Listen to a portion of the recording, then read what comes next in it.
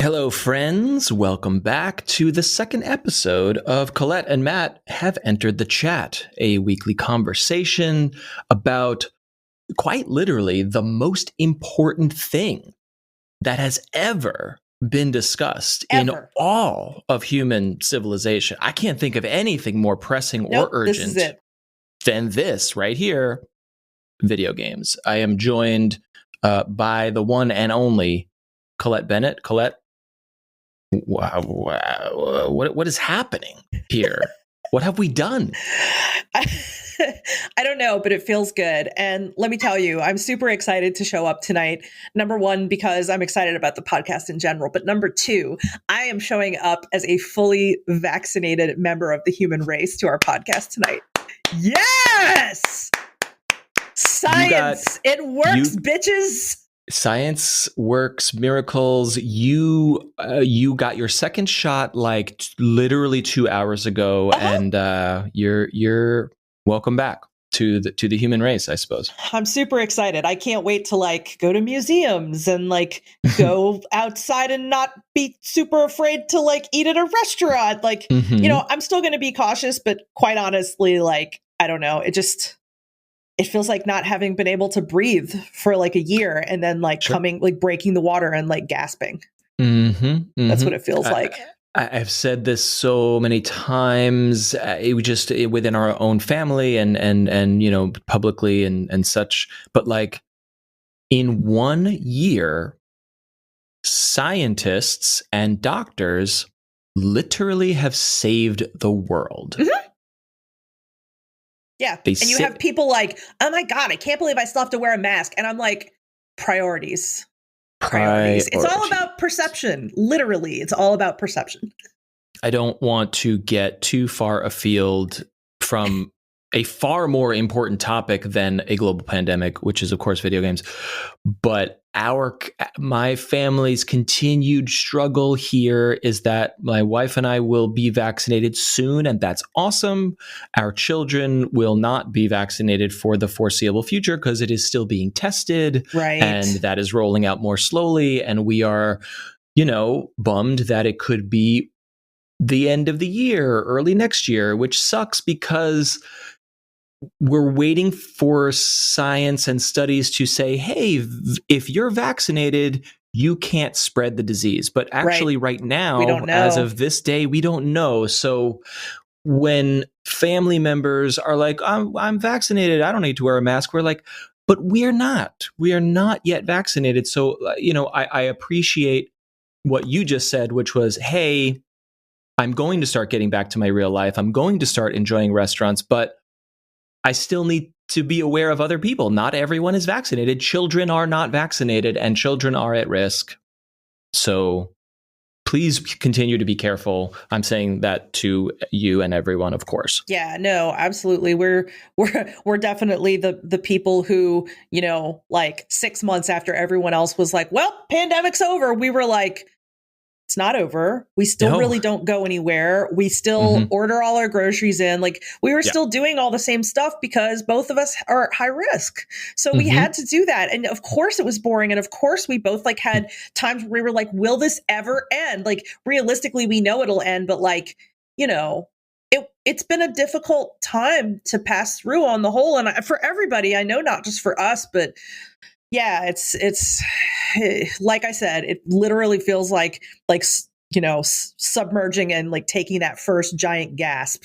So I am just elated, honestly. Shout out, of course, again to scientists for saving the world in record time, but also shout out to the modern era, like that we spent a year isolated and we still had, you know, the internet and video calling and video games and whatever. Because if we were living in 1918 when the other pandemic was happening, what would you have? A book You or would two? you would sit inside your house by candlelight, and yeah, I don't know. I think they wrote letters, but then like, could you Letters. even go drop the letter at the post office? Like, I don't know how all that would work. Like, yeah, it's really not the same. Whereas like when the pandemic was hitting in full swing, Animal Crossing had just come out. And let me tell Yeah. you, I could have disassociated by staring at a candle in a darkened room, or I could have disassociated by playing Animal Crossing. The latter was much more preferable. Cannot disagree. Cannot agree more. I cannot fight you on that. What a time to be alive, even in the worst of times. I'm your co-host Matt Silverman, and I have to say that this silly program was just. It was something that you and I were yearning to do, something that was kind of like, hey, what if we did this? And now it's here. And it is really just just us having an outlet to ramble about things we really love. And you tweeted and shared that this existed. You tweeted and said, "Hey, what if this existed?" And like people from all over the known universe came out and said, "Oh my god, Yeah. I can't believe yes, you have to do this. I can't wait for this." And just the outpouring of support and love and like real listeners who we will talk about and to momentarily, but holy cow, thank Yeah. you. And what do you make of all this? Um, it's overwhelming in the best of ways. It is kind of like a shock of joy to my system that I have desperately needed. Which of course, when you said, "Hey, why don't we do the show?" That was definitely not what was on my mind, right?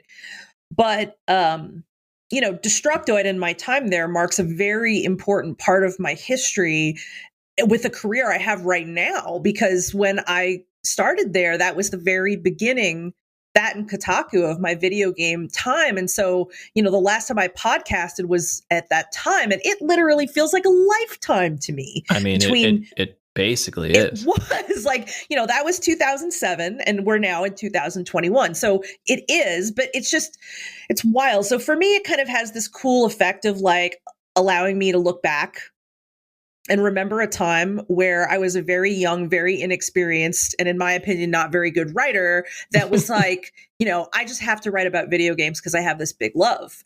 And I saw these same people coming out of the woodwork then too and saying, "I love your work. I love what you're writing." And it was like I couldn't believe it. And it's like here I am on far past all those years, like in the place I'm at in my career, and it's not like I'm on the very top, but like it feels like quite a journey since.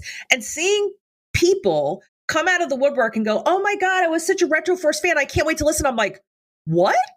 That was like what, 13 fucking years ago? Like, why do you even remember that? Like, and I don't say that in any like judgmental way. It mostly is just like, it's crazy to be remembered that long by people that you haven't met and that you like. It matters to people. It matters to people. I mean, that's like saying, yeah, I'm grasping at some silly straws here, but it's like, I don't know, remember Friends or The Office? It's like people spent lots of time with personalities, characters, people that they brought into their lives, into their home. And then it's like, wow, that show is 20 years old, but oh my gosh, I just love to rewatch it or remember it or look back on those times. The X-Files. Yeah, you were literally memeing. going off and like throwing memes in our Discord about the X-Files this morning. And like, I literally look at a picture of Mulder and Scully and feel love. But the difference, I think, is that like, we're real people. And like when you connect to real people that you relate to via the internet, that can be such a powerful thing. So, and speak for yourself. Speak for yourself. I have never claimed to be a real, quote unquote, real person, but go on. Well, what I was going to say is that it's really easy for me to say that, like, "Oh my God, thank you so much for like remembering, who I am and what I've done." But to be honest, it also is like such a big deal to me too, to be remembered and thought of. That touches me. And like in the middle of this like crappy ass pandemic has just like lifted my heart up. So like, if you're listening to the show right now, thank you. Thank you so much for caring. It just means like so much. I have two important points right there to make. One is David Duchovny is a pretty deep, cool, interesting guy. I recently heard him on, speaking of real people, like oh my God, are you about to talk about Meditative Story? No, I'm not familiar with that. I was about to literally lose it. Okay, go on. I'm sorry. Well, so I mean, this might be all connected, but you know, you're talking about Mulder as you know, oh, my affection for this character, but like, I heard David Duchovny on Mark Maron's podcast, WTF, and it's just, you know, Mark Maron is an amazing interviewer, so he's like, hey, tell me about your life, your childhood, when did you get into acting? And he's like, I don't know. They got into some deep philosophical shit. And I'm like, yeah, okay. Really? David Duchovny can hold his own when it comes to existentialist philosophy. He's an author. He writes mysteries or whatever, like murder mystery or something. I haven't read his stuff yet. I don't know why. But I found it really wonderful where he was talking about coming to terms with the fact that X-Files was like a weird, crazy, dumb show that nobody ever thought would go anywhere. And then it's like, well, now I am Mulder and will never not be Mulder. So like, no matter what show or movie or anything else he does in his career, writing books, he can never not be that person. And so if he is seen in the world by fans, it's like if you're a band and you're only known for one song and you're like, but we have all these other albums. And it's like, no, that one song, I love that song. And it's like, you can't escape that. And so he talks about coming to terms with that. I bet. And I just found it fascinating. Yeah, I'm going to listen to that. And I'm so glad that you brought it up.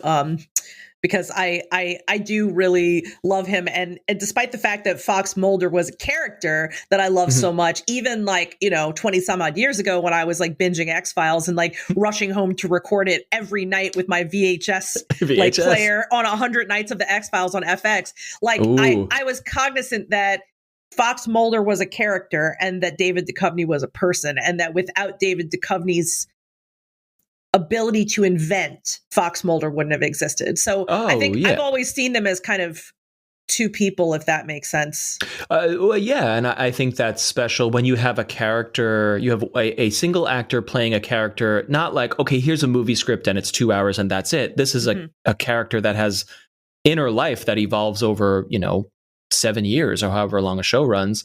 Then the Duchovny-ness of David Duchovny is intertwined deeply with the character. Did you just say Duchovny-ness? Yes, that's an adjective. Oh my God, I love it. And my second very important point that I need to put on the record here is that I had no idea that you were a part of the Destructoid Retroforce Go team, or that you had written for Kotaku when I said, hey, what if we did this podcast together? So at no point was I like, oh yeah, she has all these like fans and connections and experience. I was just like, Colette and I like to talk about games in ways that few people do. What if we did this? And you're like, oh, that would be so great because of this other time. And I was like, what? You did all this other stuff too? And so just for the record, I'm not a braggy person. I'm just not. And also it's like I said, it feels like another life a little, Yeah. So it's not that it's a part of me, but like, the things that are a part of you, you don't just walk around like parroting them to everyone around you all the time. You're not well, I used to be a video game writer. It's like, I could, but yeah. So yeah, but I see where you're coming from, where you're like, you could oh my get God, a t-shirt. what? You could get a t-shirt on Etsy that was like, I write about video games. In 2007, I wrote about, and then you could just walk around and then people would know. I guess you're right. Oh my God, that's funny. That's super funny. Anyway. All right. So speaking of listeners, we already have some email from our beloved listeners. So let's get into it. This email is from a brand new listener. Everyone's a new listener because we have one episode besides this one. This is from Alex. Alex was chatting with us on Twitter, and we were talking about the episode and games. And we said, "Hey, send us a note because we want to know what you're playing and what you're thinking about." So I'm going to read this email from Alex, and this is mostly going to be for you. I have questions about it. So here it is. Hi, Colette and Matt. Colette mentioned in the last episode she wants to play Persona 5 Strikers, a game I've recently started playing myself. This is Alex talking. Pause. I'm aware of this game. I'm vaguely aware of Persona as a franchise and as a concept, but I need more education. So we will get into that shortly. Oh, you're about to get schooled, but I'll hold it until after the email. Please, unpause. Back to Alex's note. While it is a follow-up to one of my favorite games ever, I was initially hesitant about playing it. As you may know, Strikers replaces the traditional RPG battle system from the first game with a more Musou style hack and slash system that I typically don't enjoy. The whole quote fighting tons of enemies on screen at once Dynasty Warriors style thing never appealed to me. After hearing much praise for the game and that the story was actually a proper sequel, my curiosity rose and I decided to give it a shot. To my pleasant surprise, Strikers turned out to be a lot of fun and retains much of what I love about the game, even with the different battle system, which Alex says he has come to enjoy. So he's also saying that he might go on to play other Musou games, nice. For example, Zelda Hyrule Warriors, Age of Calamity. So he is asking here, has there ever been a game or a whole genre that you avoided playing for a long time because you didn't think you'd enjoy it, only to eventually love it? Alex also says, thanks for the great show. I really enjoyed the first episode and can't wait to hear more. So I'm just smiling at my mic like a goofy moron right now.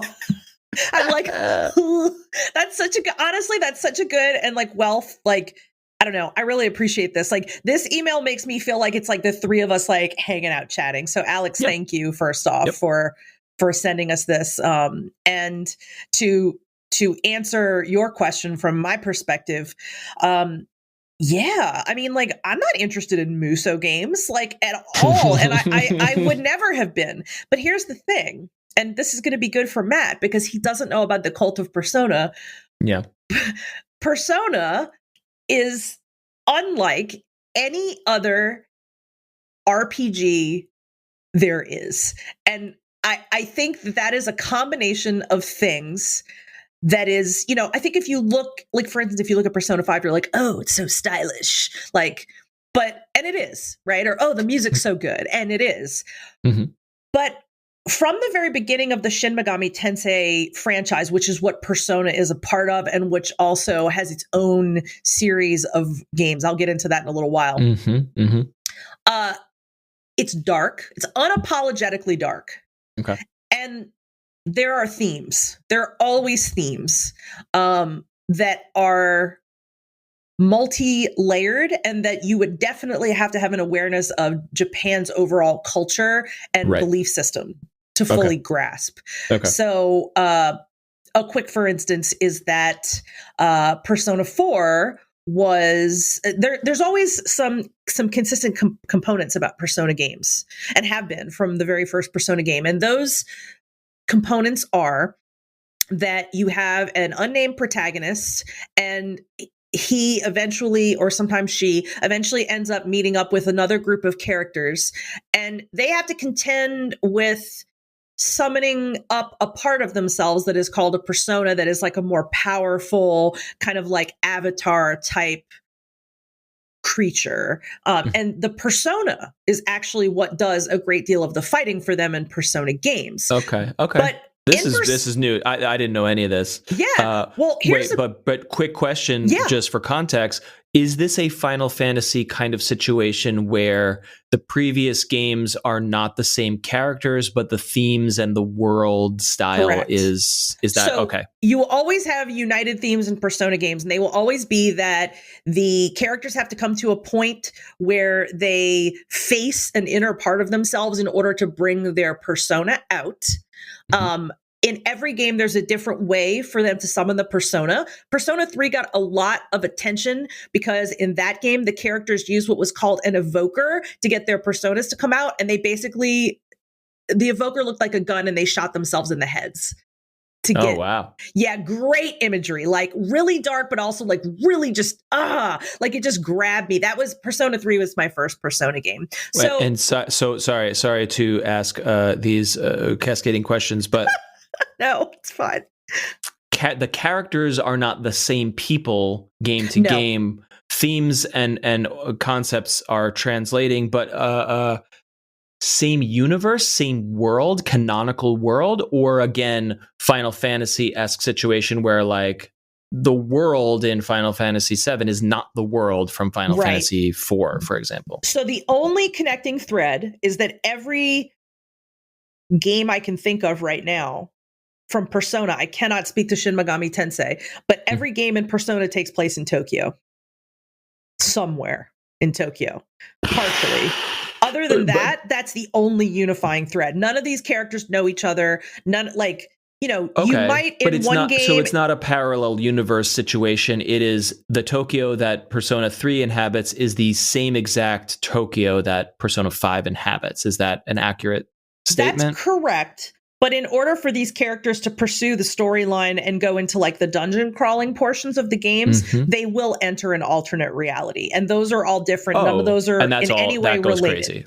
Cool. Yes. Okay, cool. Like in Persona 4, they figure out that they have to go through a television in order to reach the alternate universe. But without going on and on and on about it, like the kind of gist of Persona games is always that the act of facing the persona is kind of like coming to terms with and facing your true self.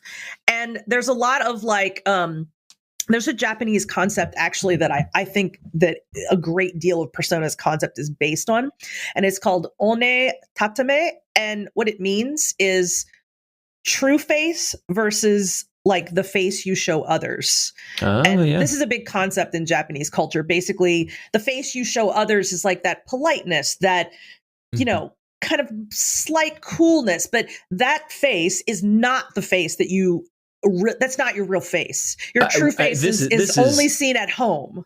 This is a concept that is true to all of us across all cultures, but it is interesting that there is no word or phrase for this in English. That it is a cultural touchstone for Japan, but for us, even though we experience this every single day, we don't talk about it. We don't think about it. I think they definitely have a poeticness. That's nice. That's a nice way to put it. Yeah. But at any rate, like, you know, one is like the person's true feelings and desires, and the tatame is the behavior and opinions one displays in public. So, you know, it's really easy to say like, oh, it just kind of sounds like you're two-faced or whatever. But anyway, the bottom line of this is in every Persona game, that concept is played with, and in every game, the characters are put in a position where in order to fight and summon their personas and basically come to the height of their powers, they must come to terms with their true face. It's really cool. Yeah.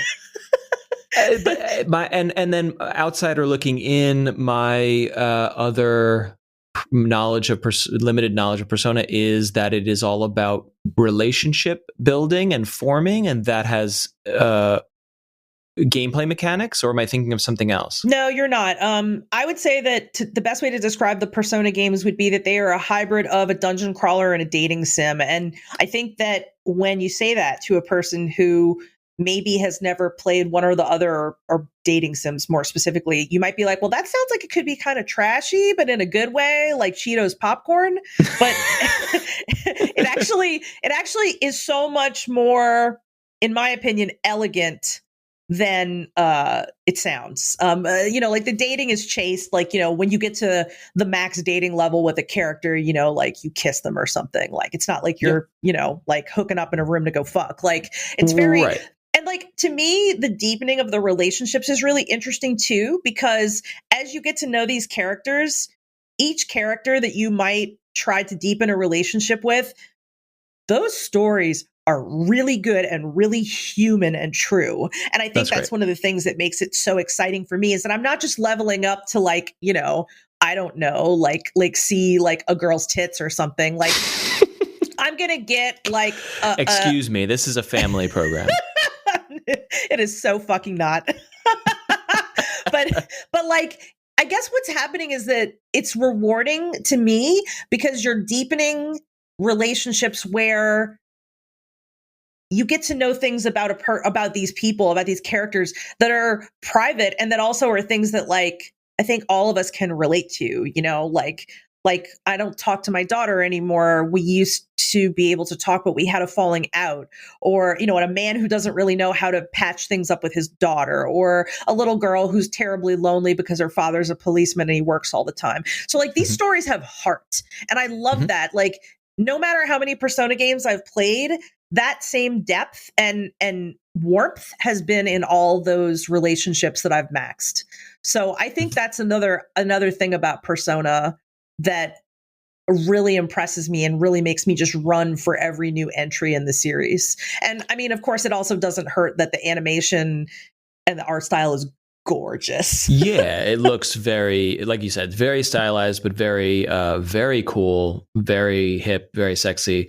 This is, it is making me think of Fire Emblem Three Houses because those mechanics were there too. And I'm not like a longtime Fire Emblem fan, but when Three Houses came out for Switch, it really appealed to me as like a strategy lover, but like truly half the game is wandering around the school, forming relationships with the cadets or whatever, you know, the kids in the school, and that leads to wonderful stories, like you were saying in Persona, like wonderful personal stories that you just enjoy learning about. But then it also has gameplay ramifications where if you're eating with the characters or cooking with the characters or completing quests with the characters, they have some sort of affinity system where if they are standing next to each other in battle or supporting you in battle, it increases the stats or the damage or the defense or whatever. And when those two, that's why Three Houses I found it to be a wonderful game, though I didn't finish it, and maybe I should. Well, it's a pretty deep game, so it's understandable, I think, if you didn't get there. It's a side thing, but it got, I don't know, it got repetitive and slow in the battles, and then I kind of hit a battle wall where I couldn't progress, and then I probably found another game to play, but loved it, and so the intertwining of those two halves of the game being meaningful to each other mechanically is really important to me. So a final question for you about Persona is, aside from great stories, do those relationships bear mechanical fruit in the gameplay? Okay, great. Every single thing you do is everything you do in the real world. When you go to the Shadow World or whatever it's called the Shadow World in one of the games, everything is mirrored. Yeah, that's okay, cool. That's great. Yeah, so it's rewarding on multiple levels. But anyway, I could literally spend the entire podcast talking about Persona, so I'm not going to do that. But I am going to go back to Alex's question, which was like, good. He asked a question. Anyway, so yes, has there ever been a game or whole genre you avoided playing for a long time because you didn't think you'd enjoy it, only to eventually try it and love it? Yeah, there's been a lot of genres that I've avoided. And I think interestingly enough, one genre, I don't even know if you can call it a genre, but like, I guess you would say like shooters, because to me, when the first person shooter was popularized, it was like Halo.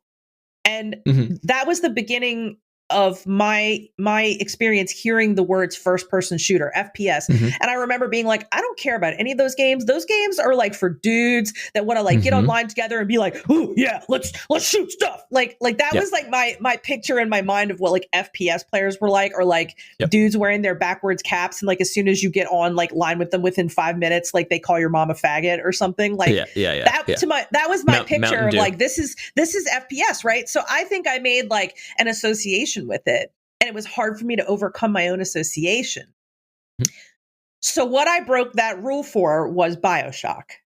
BioShock is technically an FPS, but it was so well dressed that I had to try it. And after trying that, I was like, you know what? I definitely don't like military FPS, but fantasy FPS, it's different. So it wasn't the FPS part that was the problem. It was the dressing that was the problem for me. So do I like run like head on towards FPS games today?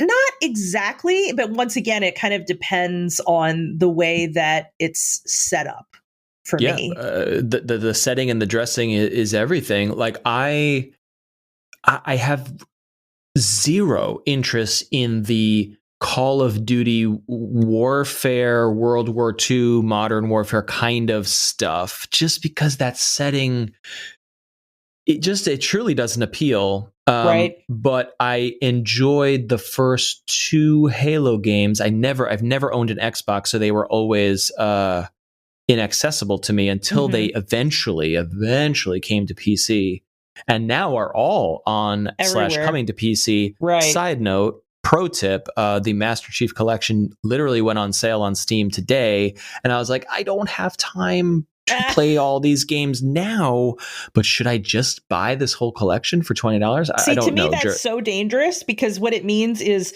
the key phrase is someday. And in my experience, someday means never when it comes to games. It is on my medium to long-term list, but that, as we all know, gets longer and longer. So it's not at the top. But I enjoyed the story of the sci-fi story of Halo and the shooting of Halo very much. I have very good memories of that. Zero interest in multiplayer Halo, exactly because of everything you just described. Right. So I get it. Yeah. I get it. Yeah. Yeah. You know, it's not for everybody, but I think if there's anything I learned from that experience is that you need to be, or I need to be, I should say, careful not to, I guess, judge a book by its cover is probably the best way to put it. So to loop back around to the beginning of what Alex said about like, he was so pleasantly surprised by Persona 5 Strikers. I think I had a moment of pause too, despite the fact that I would literally buy like a plastic bag with the Persona logo on it. I had a moment of like, oh, Muso, I don't like Dynasty Warriors either. And so I was like, you know, like if I go back to Persona 4, like Persona 4 was successful enough that Atlas eventually put out Persona 4 Dancing All Night, which was a dancing rhythm game. Oh, okay. I love rhythm games. I love Persona. I did not love that game.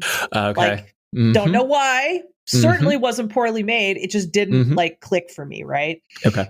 So I was like, man, I don't know. And so I think the reason I didn't buy it right when it came out wasn't that. I think it was like I was determined to finish something else first. Okay. And so I didn't get to it, and then something else got in the way, and then I didn't get to it. But like, I've been thinking about it regularly, and actually I have next week off work, and I was like, you know what I'm going to do? I'm going to play Persona 5 Strikers, but like uninterrupted. So instead of like hour or 2 at night, I'm literally just going to be like, I'm going to play this like for 3 hours, 5 hours if I feel like it. So that's what I'm going to do. Goddamn. I'm very envious of that, because I will never forget a friend of mine. This is ages ago, when we were working in media, a fellow writer, editor. And this was before, anyone had kids. So like the idea, like, as a parent, you can't take a week off from, you can never have that again until maybe they grow up or whatever. Right. But even back then, it was a colleague of mine who was like, I'm going to take vacation on the day that Skyrim comes out, and I'm going to play Skyrim all week. Yep. I did that for every Final Fantasy game up to 10. I kid you not. Every Final Fantasy game up to 10. But, well, I should say between 7 and 10. So 7, 8, 9, and 10, I was that kid that was outside GameStop waiting to buy the game and then was going to go home and take my week off and enjoy the game. And like, oh my God, what a nerdy ass thing to do, but I loved it. A grown adult saying, I'm going to spend my hard-earned PTO playing one single game. I'm like, I respect you and I'm so jealous of you. And then I'm also saying like, wow, really? Like, yeah, there's no like pool or vacation or there's nothing else going on in your life. And that's, I don't know, I'm being a dick. I don't want to criticize because I truly, now that I can never have that sounds right. No, but majestic. I get it. Right. Like even as a fellow gamer, you might be like, why would you do that? Right. But like, there are some games for me, and it's very few these days, but games that I really hate having to break up the flow. Yeah. Especially story heavy games. And I know that Persona is story is a big thing with these games and deeper story than it might look. So yeah, that's the main reason why. And it was the same thing for me with Final Fantasy games, like, specifically Square Soft Final Fantasy games. But that also is not for everybody. Some people also are like, I like to game in 1 hour or 2 hour bursts. And the idea of sitting all day is like, ew. Yeah. Story games and games with deep, heavy mechanics, especially like I love the Factorios and Satisfactories of the world where it's like, I'm spending all of my brain cells trying to figure out how to route a power system to a conveyor belt to move iron bars into a system. And it's like, I am in this game. And if I stop playing for 2 days, I come back and I'm like, I don't know what the fuck I was doing. Oh my God. Here. I get what that is too. Happening? And I just thought it was because I like have such a bad memory. So I'm glad it's not just me that like only 48 hours away from a game can make you like, I don't even know who I am anymore. And it's a shame because like I love my Satisfactory Factory.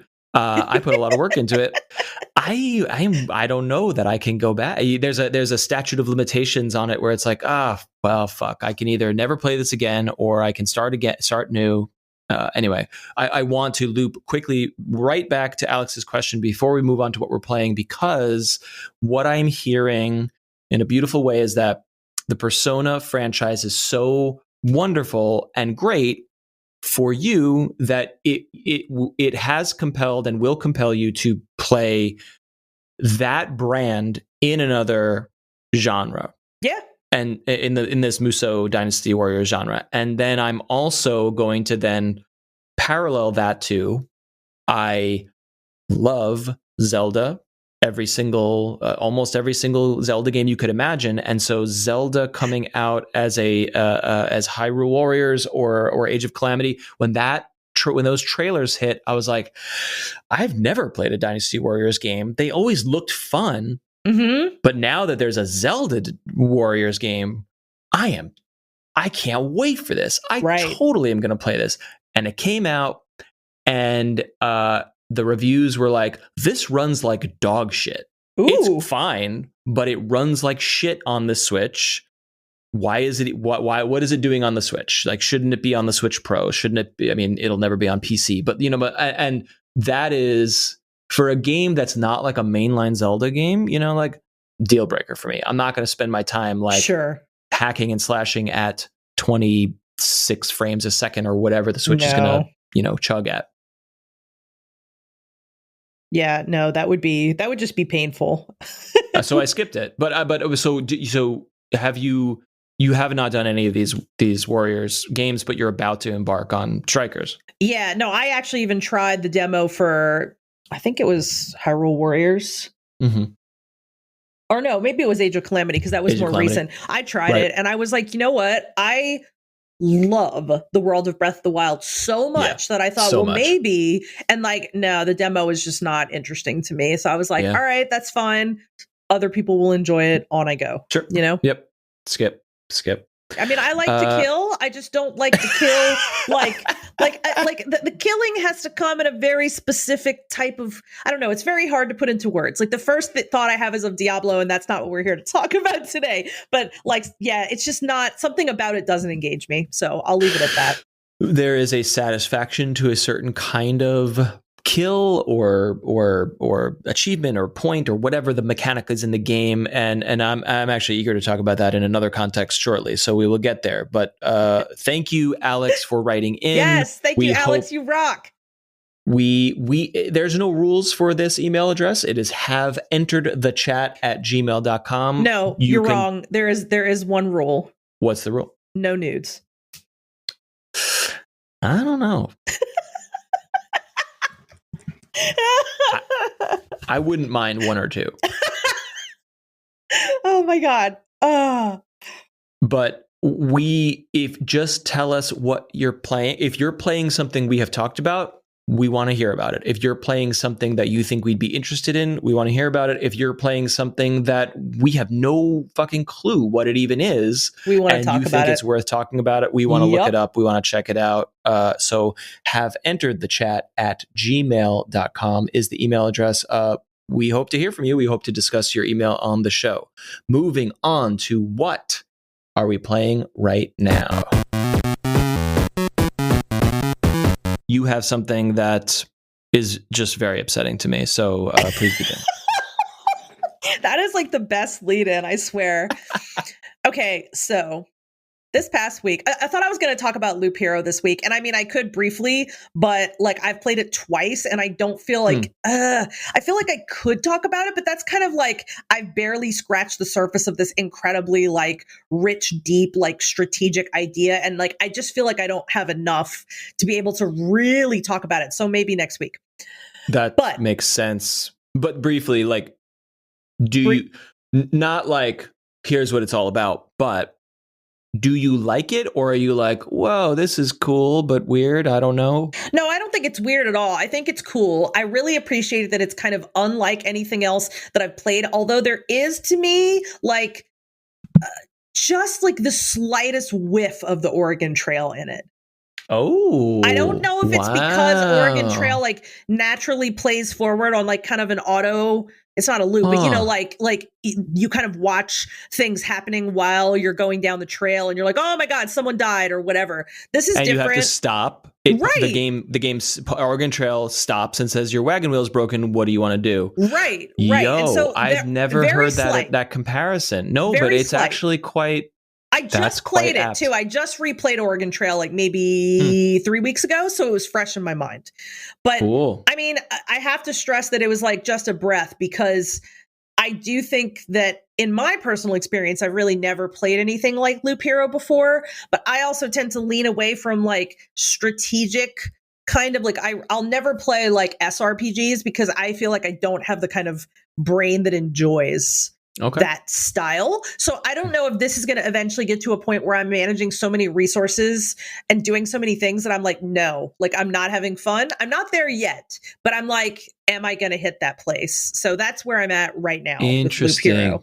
But I can say that people that enjoy interesting hybrids and games that are unlike anything they've tried before should probably try it. Right.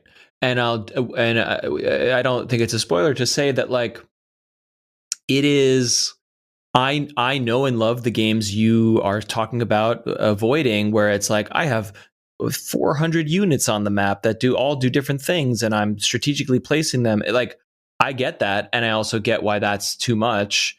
I don't think Loop Hero becomes that, because you're really only focused on one hero and that hero's gear and stats at any one time. So it doesn't, it goes deep, but it doesn't sprawl, if that makes sense. It does. And that might be the thing that makes it really work for me then. You know, I kind of had that paranoid moment of like, it's going to make me want to do the big strategy, and like my brain is too ADD to even consider like managing that many things. There in a weird way, there is almost no big strategy, because the strategy happens on the fly, and even when you think like, oh yeah, I got this game figured out, then it throws you a curve. It's like, I love that. So keep going, and perhaps we will revisit when you have more thoughts. Yes. Well, I'm guessing by next week I will. But so to get back to the thing that you really hate. So this past week. I didn't say hate. I just said very upsetting. Very upsetting. Okay, well, maybe very upsetting isn't quite in the hatred valley yet. But so this week I was reminded out of the blue of a game that I had not completely forgotten, but a game that I haven't thought about regularly in a bit. So let's go back once again in this podcast to 2007. Okay. Where I am at the Game Developers Conference for the first time, covering it. And a friend that I'm staying in the hotel with walks up to me and says, "You should really play this game." And he hands me the cartridge for my Nintendo DS Lite for Rhythm Tengoku, which is a Japanese franchise that is it's a music game, right? It's a rhythm game. Mm-hmm. Mm-hmm.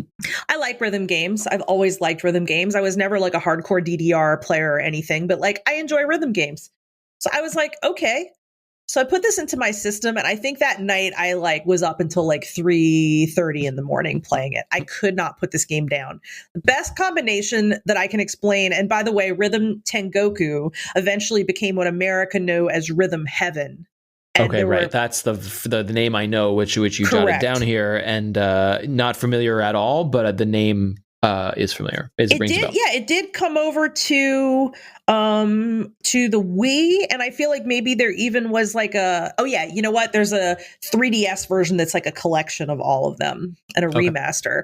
But that's how I learned about Rhythm Tengoku, and at the time that the person handed me this cartridge, it was all in Japanese, and there was no English version of any of these games.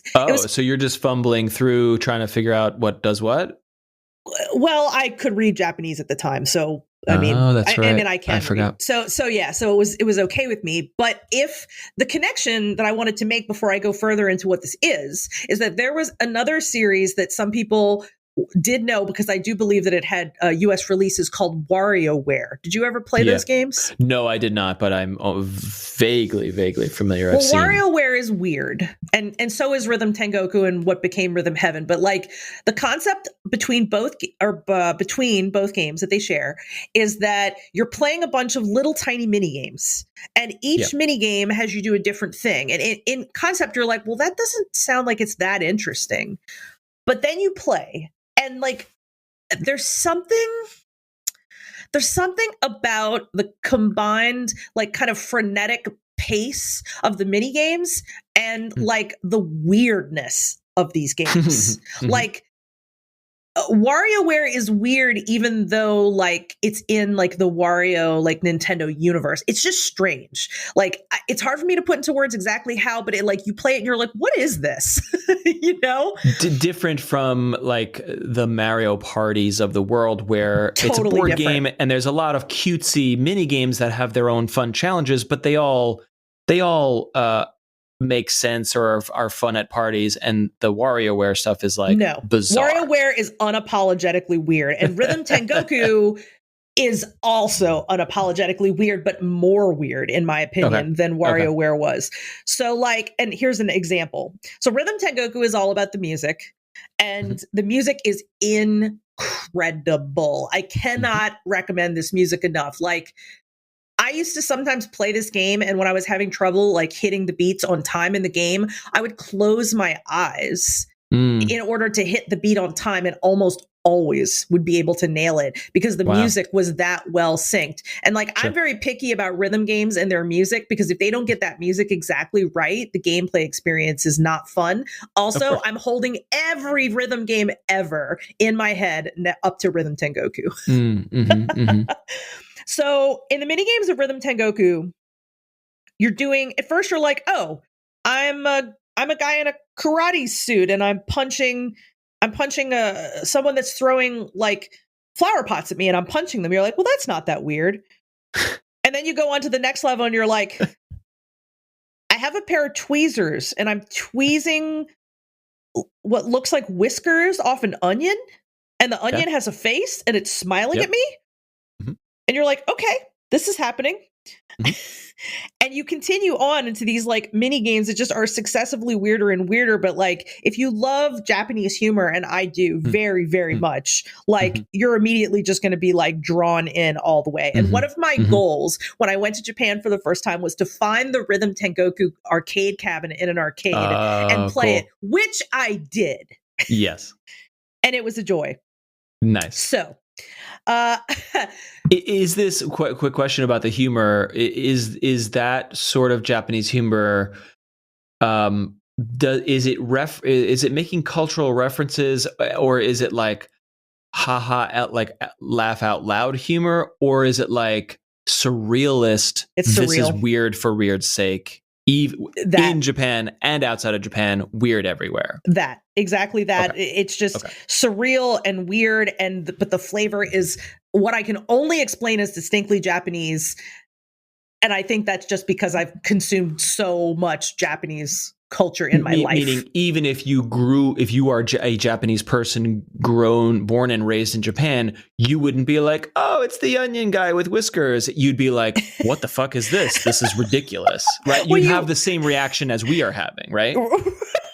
I mean, yeah, maybe like sometimes they might like. And another question that you just kind of like asked in there was like, well, like what about like this is cultural?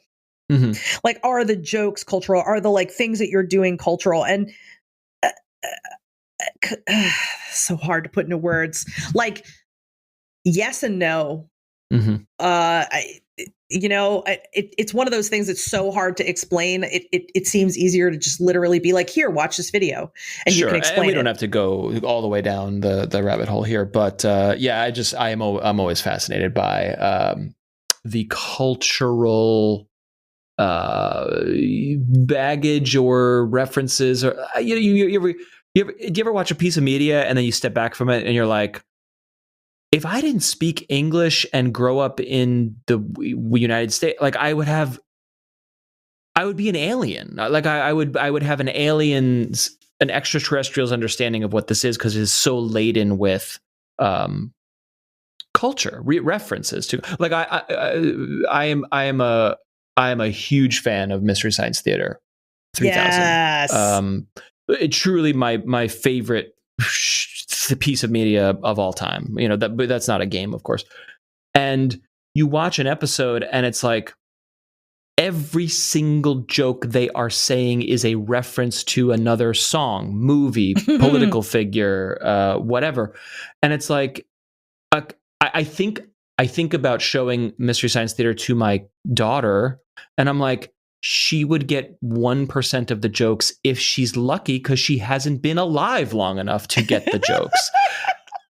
And this is very far afield from what we're talking about, but I just find analysis of humor and the cultural baggage of humor to be fascinating, and which is why I asked you the question: what would a Japanese person think of this weird game?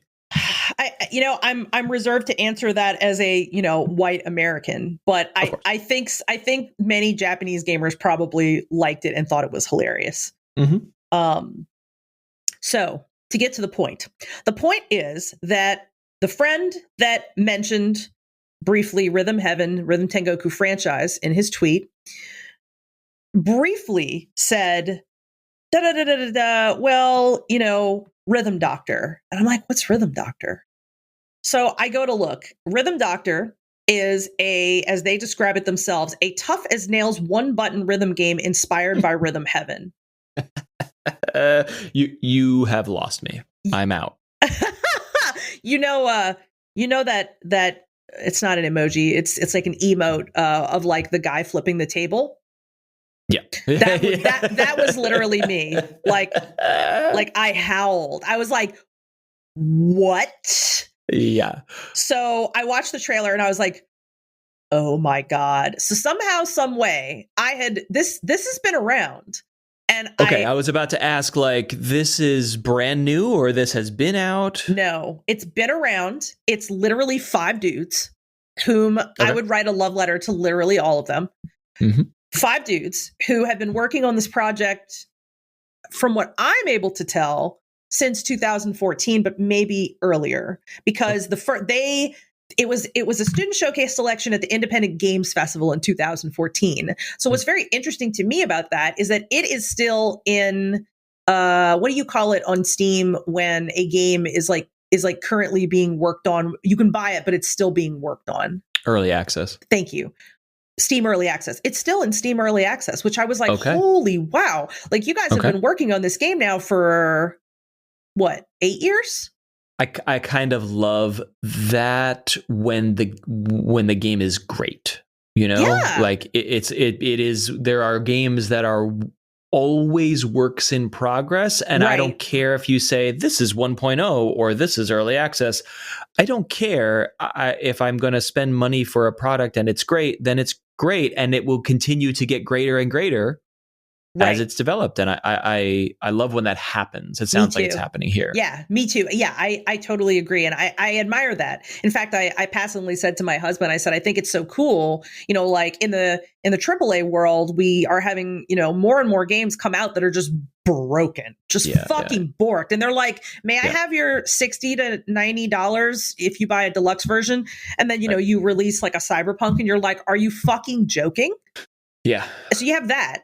You know, and then you have people who openly are on Steam like, hey, it's not done. It's nowhere near done, but we would like you to help us make it as good as it can be. So you can pay for it if you'd like to pay for it. Just be aware that like you are going to play an active role. And I'm like, oh my God, like one of those is so admirable and awesome. And one of those is so garbage.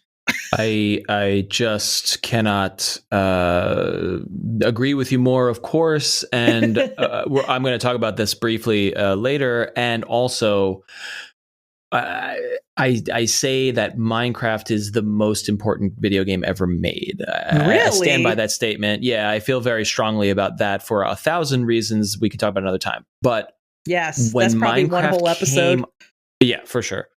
When it arrived on the scene, it blew my brain apart because I was like, I'm sorry, the game is not done, but I can buy it now for $12 and then I can like, and this is before early access was a thing known as early access, as far as I remember. And also the developer, who was just one guy at the time, was like, and here's what I'm working on, and here's what's going to happen next update, and now we take that for granted, but at the time in 2009, I want to say, that was really, really mind blowing, and to me, and it was. I remember being so excited of like, wow, this game is like the most amazing thing I've ever played, and then on Halloween they're going to add a new tree or something, and I was like, oh my God, a new thing will come into this game that I already love, and now that is what games are. But back then, it was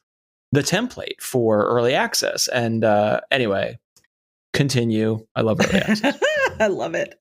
Well, actually, so to go back to the whole my discovery and howling at the computer when I discovered this game. So Rhythm Doctor is not new, but what happened is that the company that made it, or rather the developers that made it, who are called Seventh Beat Games, they just released it onto Steam Early Access on February 26th. So of this year? Yes. So it was in development and playable somewhere else, but then brought it to Steam proper. Correct. Recently. Well, it looks to me like they honed it throughout, like bringing it to different, like, you know, indie showcases and shows. Yep.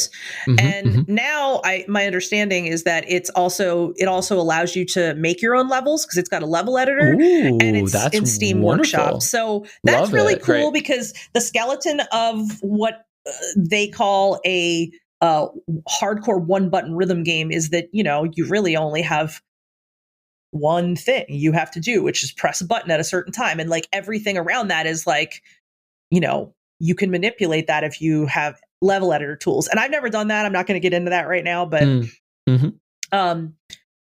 so I'm already like over the moon because I'm like, these guys were like so inspired by Rhythm Tengoku that they decided to make their own games. And like, I am freaked. So I like run as fast as I can to Steam, throw my money at the screen, like boot it up. And I'm just like, and then you're like, hey, that's not how Steam works. I got to enter my credit card details. Right. I'm like pounding the screen with a card. I'm like, open up. So The best praise, and I will say honestly that I've played Rhythm Doctor probably a total of 2 hours because I literally found out about it, I think the day before yesterday. So I've played it for a very small amount of time so far.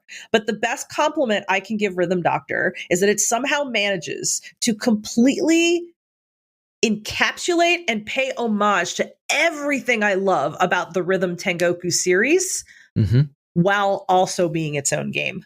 What else can you ask for? That is magic. My God. That sounds amazing. It is a literal like poem in the world of one button rhythm games to me. Yes. So the concept, how they built it, and by the way, Rhythm Tengoku has like no real story. Like it's just, that's a part of its weirdness. Like I don't even know how to explain what you're doing, but Rhythm Doctor has a story. And basically what's happening is that you heal patients by like defibrillating in time to their heartbeats. So each patient has a different heartbeat, and you have to defeat these like boss viruses trying to sabotage your rhythm to the music, right? Simple concept. The writing is excellent. Nice. Excellent. Like just starting it so far, I've been like the little jokes. Like I think the either third or fourth patient that I helped, his name, or basically his issue was that he couldn't stop listening to lo-fi hip hop. And so it had set off like his like heart rate or something. And so like, yeah, like he comes in and he's got his little like, you know, like hip hop, like lo-fi setup. And I'm just like, oh my God, like they're referencing all these things that like are a part of my internet culture. But at the same time, they're also paying homage to Rhythm Heaven. But at the same time, they're also doing their own thing. And I'm just like, literally gaga over. Well, we've been talking about mixing up. We've been talking a lot about mixing up genres. We talked about Lupero, mixing up these genres, and you know, Musou game, you know, licensed Musou games, mixing up what your favorite characters in this crazy new thing.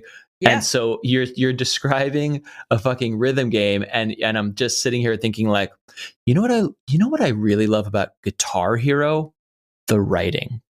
Yeah, like that shouldn't exist. That's not a thing. And here it is.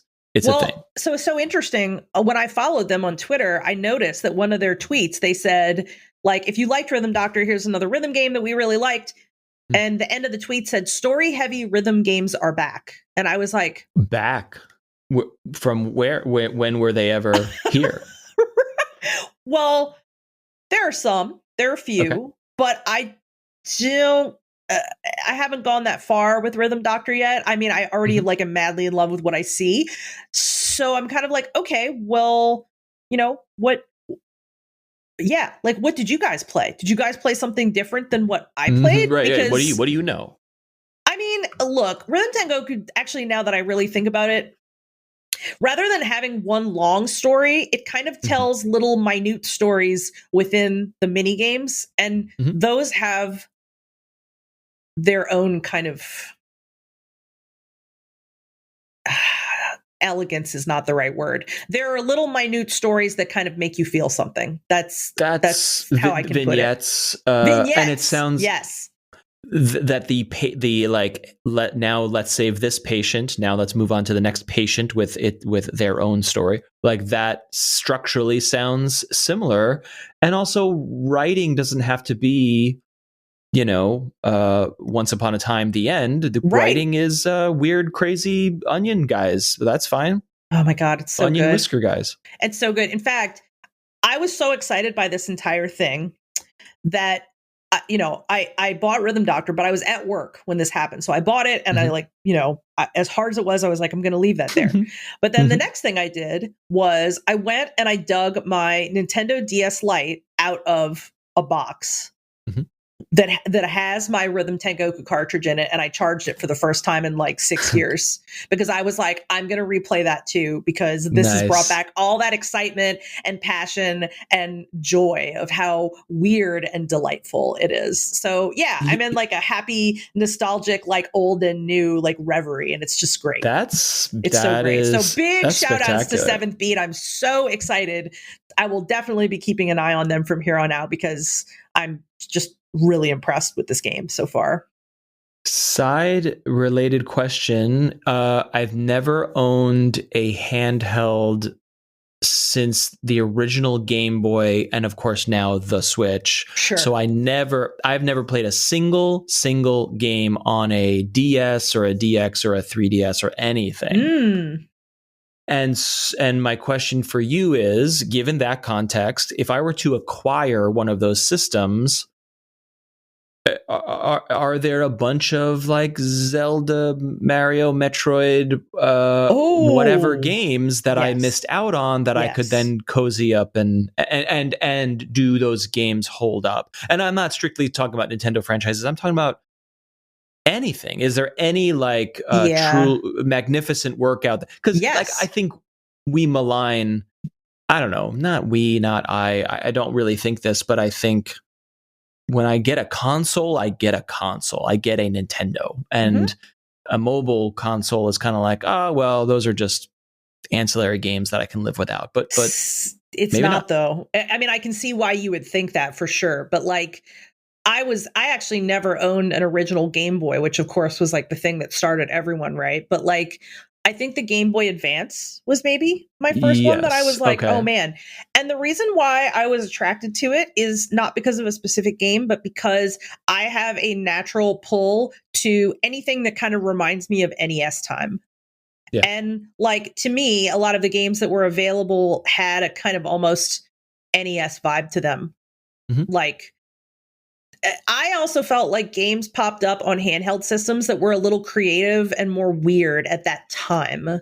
Yeah, well, the story of Link's Awakening is I never knew it. And it was basically like, hey, we need another Zelda game to sell Game Boys, like do whatever you want. And this brain trust at Nintendo was like, oh, what if we did this crazy shit and that crazy shit? And what if it's all a dream? And what if Link jumps up and down like a Mario level? And it's like, none of that canonically makes any sense in the Zelda, given the history of Zelda. But it's and I never played the original, but played the remake and found it to be lovely, if not obtuse and challenging in ways that are like, all right, fuck this. I'm just going to look up the wiki for this because I don't have time. I didn't finish it, but oh my God, when I was playing it, I was just in pure delight because I did not play the original either. Okay. So I loved it. But so to briefly answer your question, I just looked up on my phone.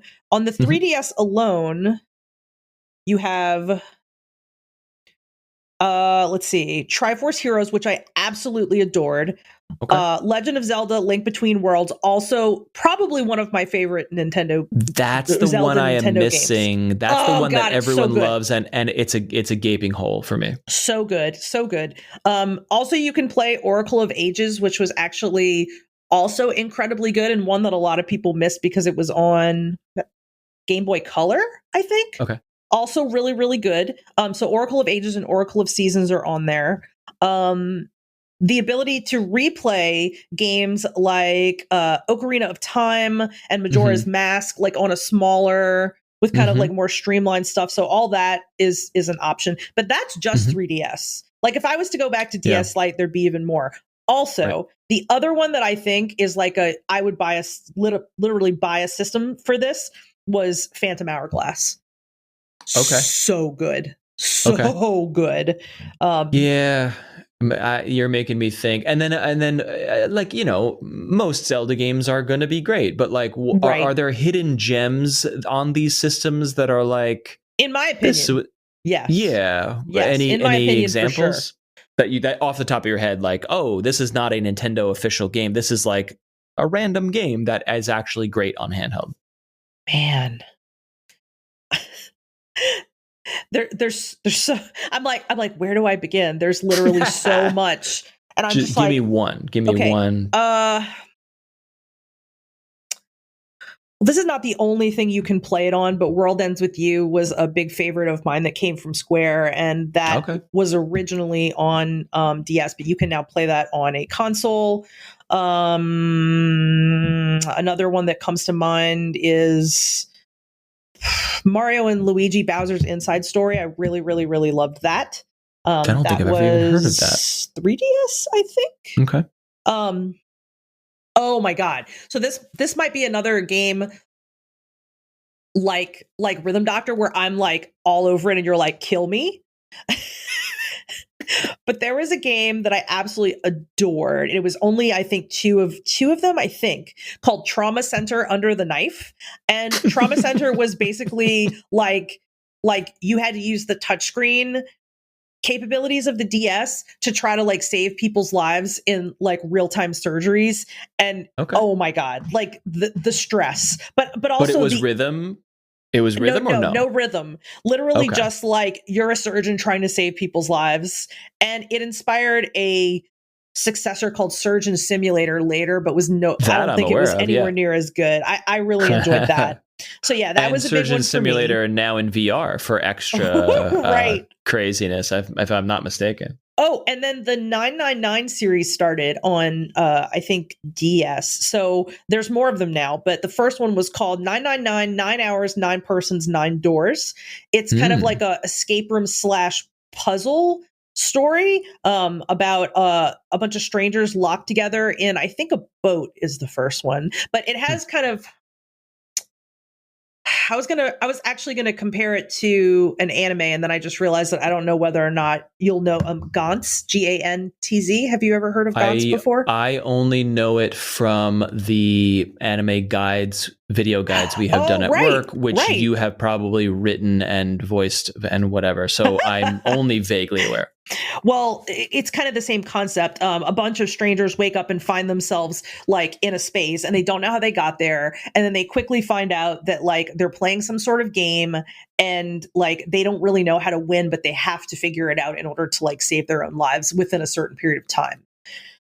And the 999 series is the same concept, but also excellent writing. I was going to say, this sounds like some story heavy, writing heavy, text heavy stuff on a handheld, which I guess there was a ton of it. Honestly, there was a ton of it. And then like for the PSP, RIP, I bought that because that was really JRPG heavy, but the JRPGs that were on it were actually good.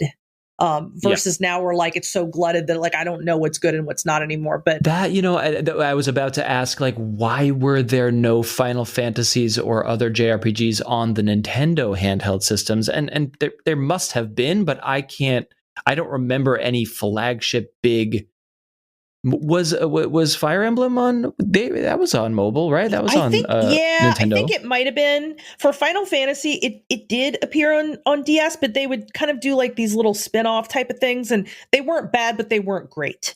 Well, it was like the chibi style stuff, right? Like Crystal Chronicles and those kinds of games. Am I exactly? But hopefully like, not confusing titles. The stuff I enjoyed on like DS and 3DS was the remakes of stuff like Final Fantasy 3, Final Fantasy 6, because they were games I hadn't played, so I got to play them portably. Those, when you say a remake of Final Fantasy 6 on my personal list of favorite games ever made, we talking like a true port of the SNES or updated whatever graphics? I think I can't remember exactly, but I do think that they updated a little. Actually, it's been a really long time, but I think what they did was they made like new cutscenes for them. That sounds familiar. Maybe. I'm not opposed to that, but the updated like the mobile graphics for those mobile app remakes are garbo. Oh, that sucks. Yeah, you know what? I think what they did was went through and did like the chibi style remake, if I'm not mistaken. Yes, exactly. And I do think I enjoyed some of those. Mm-hmm. But yeah, I think Final Fantasy started. I think my memory is the Game Boy Advance. It might have been earlier, but I know that a lot of people really enjoyed Final Fantasy 1 and 2 Dawn of Souls, which was like the two games combined, and that had some little like, cool additions here and there. But there's, I mean, in my opinion, there was a really thriving world. And I think that what actually, one of the things that made Nintendo want to get the idea of, well, how can we combine a handheld and a major video game console was that the 3DS, and probably the DS before it, was like one of its best-selling like systems of all time. Absolutely. People loved it. And of course it wasn't as graphically, stellar as a full console would be, but that's why I think it reminded me of NES, because when I played NES games, I obviously wasn't there for this, stellar graphics, but I guess there's something in me that felt like the NES era was a time when you could be very experimental because games were, smaller and like I played some weird games on the NES. Like, I don't know about you, but like I remember this one that I rented. It was so weird. It was called Princess Tomato in the Salad Kingdom. I am aware of it. Oh my God. And I remember just being like, like maybe 9 years old trying to play this game and absolutely fascinated, which basically it's like a point and click like adventure game. But, I'm just like, what is happening? Like, like, why is that turnip crying? And then I remember there was an RPG that was like set in Egypt, and it was called Tombs and Treasures, and you were like exploring like Egyptian tombs, like stuff like that was just weird and awesome to me in that time period. And then like I think there was a big gap where that didn't exist before Steam came about. Yeah, I mean, there's a long space between those, right? Meaning like that Steam is also can be a weird experimental play. Like you can get your AAA games there, but you can also get bizarre, weird, crazy shit. And I love weird games. I've always loved weird games so much, which is probably why Rhythm Tengoku was like literally like a Valentine from like heaven. But I mean, so I think I bought into handhelds because I expected at that time period to see more weird stuff on it, and I was not disappointed. Yeah, you're taking me to a place, and I'm having this experience a lot lately, which is, and I think you will relate. I have a small, nothing to write home about collection of old consoles and cartridges and whatever, and I am not interested in hooking them up and plugging them in. I just want cool old, Ataris and Segas and Nintendos to be on a shelf, and I want to look at them because they are boxy and chunky and pretty. And so my wife and I are always on the lookout for estate sales or yard sales or thrift shops where it's like, oh, here's a lot of, NES games and, $10, take them all, whatever. And you look at these cartridges, and I'm having this experience where I'm like, whoa, I did not own this game, but I went to Blockbuster and rented it 6 times because it was weird or cool, or I had to finish it, or I had to hope that when I returned it on Friday that I would get it again on Tuesday and that it would be the same cartridge with my save file because no one would overwrite my save because they rented it the other day.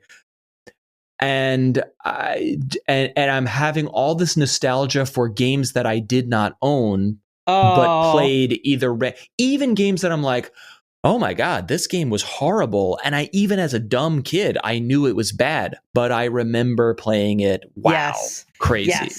Yes, totally. And I feel like that was so formative to my like overall flavor and interest in games, early on. Like to this day, God knows how many decades later. Stuff. Yeah, I love trying out weird stuff. And like Loop Hero, to go back to that, is a perfect example of a game that quite frankly looks like it could have literally appeared on the NES. Oh, for sure. And it captures that same kind of weirdness, but also like awesome innovation where you're like, wow, what am I doing? This is so neat. Like you're literally doing something and you're going, I don't think I've really done these things in combination before. Wow. Right. So then you're making me now feel and remember, like I would go to the video store and be like, God, please let them have Star Fox there. Like the video store would have, 3 copies of the hottest game, and you'd go and be like, please let them have the game I want. And they don't, because everyone wants that game. So then you're browsing the picked over shelf and you're like, all right, I guess I'll pick this fucking tomato princess in the turnip kingdom or whatever the fuck it is, and you bring it home and you have to play something because you spent your $5 to get something, and god damn it, I'm going to enjoy this fucking turnip princess game. And it's bad and weird and stupid, but you are playing a weird ass game that you would never choose, but you have to play it. And that, to your point, became we have this weird eclectic memory of bizarro software that no one would choose in their right mind. Yeah. And I love that. Honestly, I love that. Like, and I think it does really make my heart kind of soft when I see like, something like Loop Hero, right? And I'm just like, I love that. This is something I would have loved if I discovered it 30 years ago. But it could not exist. It could not exist 30 years ago because it is a game that takes all the mechanics and lessons and sophistication from 30 years of game design and mixes them into a cauldron. That's right. And out comes a game that looks like it's from 1987, but could never have existed in 1987. Yeah. And oh my God. I love that. I love that description. Yes. That's perfect. Mm-hmm. So awesome. Well, keep us posted on Rhythm Doctor. It looks rad. You sent a trailer that the music is spectacular, and then I have a hang up on about rhythm games. Like I don't. Well, funny. Speaking of Alex's question, what game genre have you tried and then ended up liking? I never cared for rhythm games. I always had a dick chip on my shoulder bias of like. I actually play musical instruments, so why would I play Guitar Hero? Like when Guitar Hero came out, like I actually had a band in high school, so we would go and play real gigs. And if I wanted to fantasize about being a rock star, I would just, pretend to be a rock star in real life, whatever. Right. So the idea of hitting A instead of actually playing a real guitar, like. If I'm playing a video game, I want to be flying a fucking spaceship. If I'm playing a video game, I want to fight a dragon. If I don't want to play a video game and be, a doctor or a guitar player, so that's just like that's a me problem. That's a bias problem. So rhythm games just did not appeal. I also don't like games with difficulty where the difficulty is about reflexes or skill. I don't like platformers. I don't like punishing platformers at all. I don't know if I mentioned it to you or where or whatever, but like I recently stopped playing Hollow Knight because I love Hollow Knight. I think Hollow Knight is a spectacular, beautiful, amazing game in every way, but I hit some walls where I could not get through certain rooms because it required very precise platforming. And I'm like, well, the fun has ended. I have stopped having fun and I just had to put it away. And I was like, fuck, God damn it. I'm not playing Super Meat Boy. I know I don't want to play Super Meat Boy. I'm playing Hollow Knight, a Metroidvania that I love every second of. Right. But and I had to put it down. Yeah. And so to wrap around the difficulty of this Rhythm Doctor game and the challenge of these kinds of games that require a very precise precision, you can't grind and level up like in other tactical games or whatever. It's like, well, I can't beat this boss, but I can gain stats on various things so I can eventually come back and overcome the challenge. Right. I fucking love that. Right. I will never get better at a rhythm game or a precision platformer because I have hit the wall. You say that, but let me tell you, I spent all of last summer going from I don't even know if I can play Pistol Whip on easy to ranking in the top 100 of every hard level that the game has to offer. Is astounding to me. I love that you are like, oh, I didn't just beat my own score and progress. I'm literally in the top worldwide Pistol Whip players. And the only way I did that was because I was so obsessed with the basic game. And this is also another thing that could fill a whole episode. But the TLDR is I was so obsessed with that basic game. And I enjoyed what it felt like to be in that game and play that game so much that I wanted to play the levels until I could get the maximum out of them. So I think that for games like Hollow Knight and stuff like that, which by the way, I also hit the wall and go, no, I'm not having fun. Right. But I've been told by people in the Twitch communities around Dark Souls, which by the way are massive and dedicated, that it's so much more than just it's so hard. That's what it sounds like from outside. But from the inside point of it, they say it's a much deeper overall experience of kind of like navigating an obstacle, and figuring out from all these different perspectives how they can possibly do it. So I see the appeal, and I also am attracted to that in certain specific types of game formats. But I also don't want to pay money and sit down and have something frustrate me so much that I just hit a wall and I'm like, nope, can't do it. It's about the time also for me of like, I don't want to do the same. I understand that Dark Souls is about doing the same boss fight over and over and over and over and over until you overcome, and that feeling of overcoming that challenge, I have mad respect for that. But Dark Souls looks awesome. I love the look and feel and everything I read. I played the first one a little bit and just said no to a point. But this is all leading me. It's making me think a lot about challenge and my own play styles, and is leading me into what I'm have gotten back into, which is the pure crack cocaine that is a little game called Star Wars Squadrons. I mentioned it in our last episode of like, hey, I had to step away from it and whatever, and then just talking about it, and then realizing there was a new season in the game, and then also like there have been little tweaks and there have been tournaments happening, and I was just like, okay, what if I just play it a little more and see what my rank will be? You play 10 matches and then you get your rank based on how well you play and how many wins you get, and I'll get into that. And just to see, like, I think I deserve to be at X rank based on how much skill I have accumulated over time. And there is no like leveling up. It is a skill-based game. And so I'm contradicting myself deeply here, because I'm saying I don't like skill-based games. And I've never played a competitive multiplayer game. I've played occasionally co-op multiplayer games, and I'm excited by the liveliness and livingness of MMOs or online co-ops, like hopping into games with other strangers and coordinating with them or competing against them is exciting to me. But I've never played Rocket League. I've never played Overwatch. Like I said, I've never done any Call of Duty. I just couldn't. That just didn't appeal. I couldn't find a way to get into that. And Squadrons, I think it was leaked, and then they were like, okay, here it is. Here's what we're working on.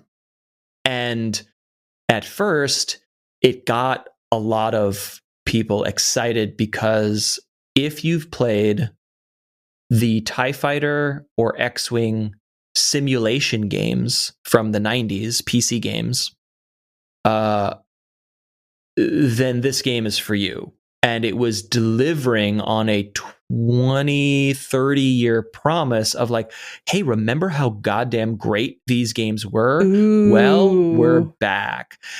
And do you have any familiarity with like the Star Wars flight sim games from mid 90s? Does this have any recollection or any nostalgia for you? I only know of them because flight sims have always been a genre that I've like really never gotten near. But I knew a lot of people who were like obsessed with them. In a nutshell, the reason why especially TIE Fighter was so good is like, okay, you watch Star Wars and it's the heroes and they overcome the bad guys. But TIE Fighter was like, what if you are just a Joe Schmo Imperial pilot flying a TIE Fighter and you're just going on regular old missions? And it fleshed out the lore of the Star Wars galaxy in a way that was very interactive, and but then also flying these ships was like, it's not Star Fox. It's not an on rails like pew pew, just shoot everything that comes at you. You are managing your shields. You're managing your engine power. You are thrusting, but then you're braking and you're turning and you're managing.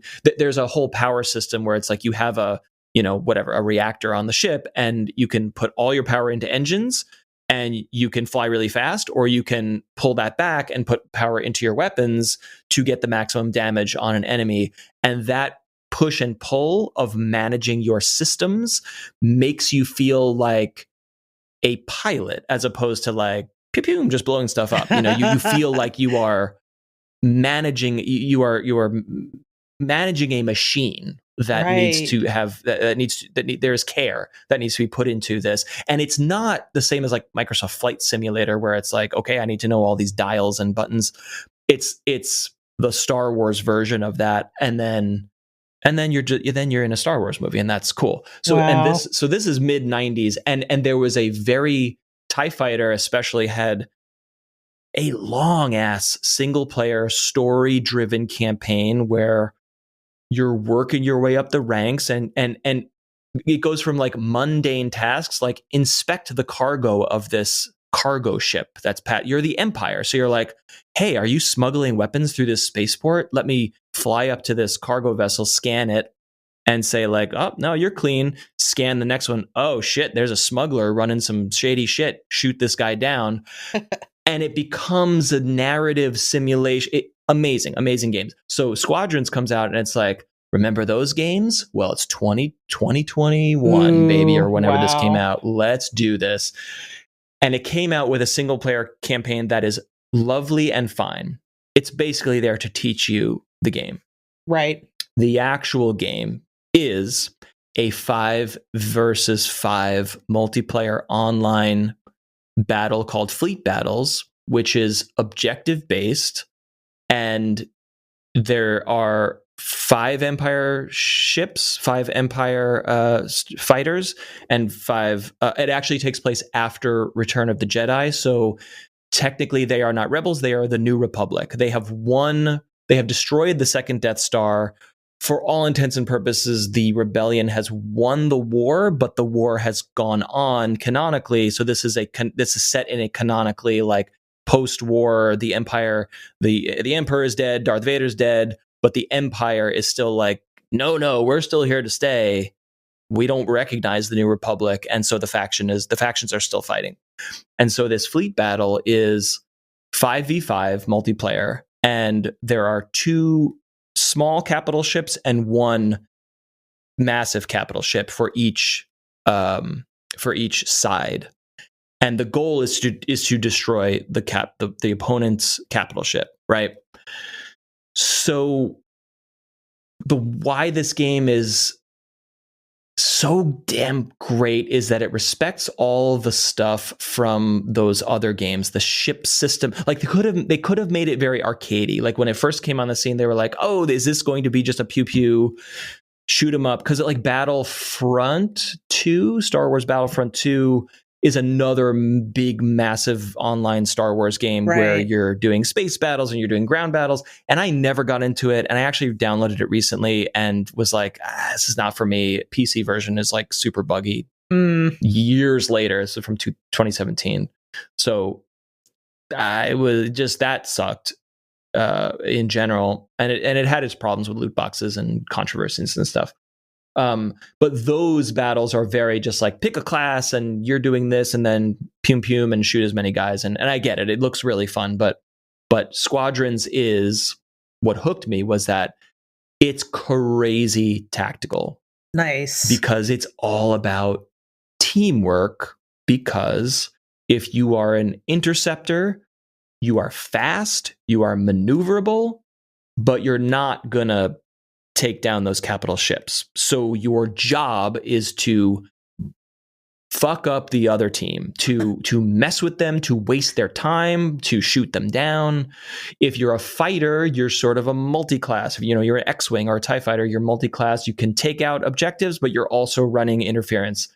If you are a bomber, you need to bring the bombs and the torpedoes and take down the subsystems of the capital ship. And so the capital, and again, it's not just like, oh, do 1,000 damage to this ship and it's dead. The ship has shields, so you need to bring the shields down. Then the ship has subsystems, so you can take out the shield generators once the shields are down, which then prevents the shields from regenerating. You can also take out a power system, which creates weak points in the hull of the capital ship, so that you can do like double damage the next time you do a run. And there's an amazing tug of war system. It's called morale, where if you the more enemy players you destroy, you get points of morale. And so if the morale is in your favor, you are attacking. You can approach the big ships.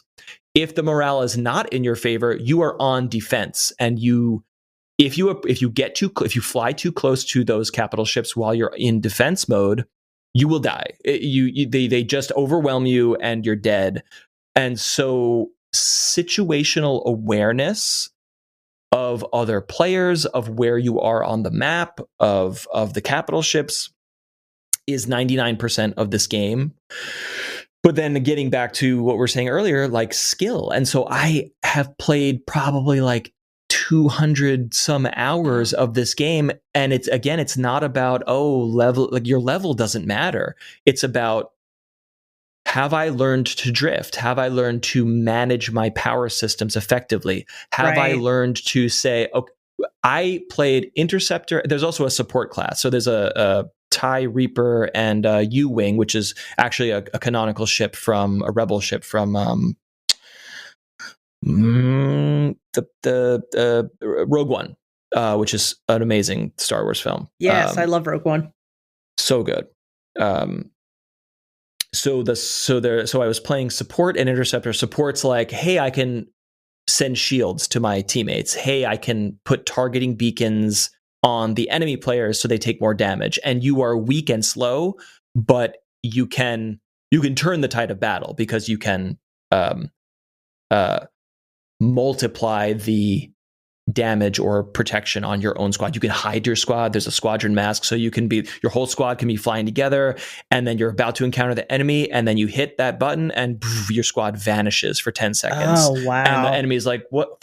There's all these like really deep tactics that squads of players who fly together on the regular have developed over time. So I was like, A-Wings and Interceptors classes are like so fast and maneuverable. I found them to be the most fun and survivable. Like I was dying less.